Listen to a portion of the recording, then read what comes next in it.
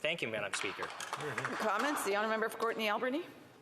Speaker, I want to thank my colleague for his speech, and certainly one thing that we put in a supplementary report around this motion is that Canadians are within only $200 of being able to pay their bills. And you know, one thing that really comes to mind for me is fishers right now. Fish harvesters are absolutely being impacted by climate change.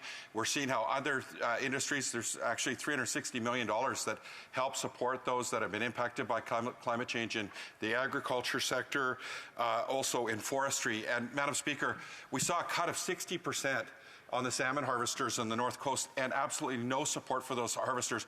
They're not $200 away from making ends meet. They're actually well over $200 under making ends meet, Madam Speaker. And now we also hear about crab harvesters who are absolutely, going to lose half of their quota because of a really important reconciliation, which we support. But Madam Speaker, reconciliation should be shared by all Canadians, not just by a handful of fishers on the West Coast. Does my colleague agree that there should be money to support fish harvesters and fishers that are on the verge of bankruptcy?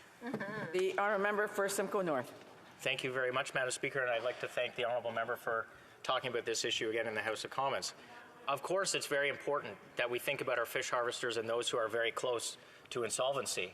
And absolutely, we need to be there to help those who are nearing bankruptcy.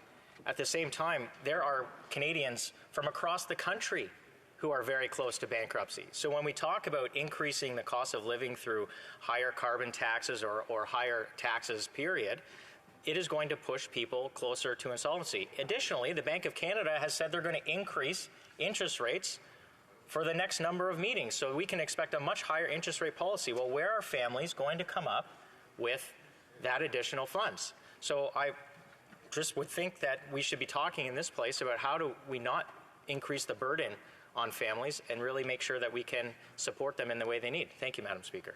Time for a brief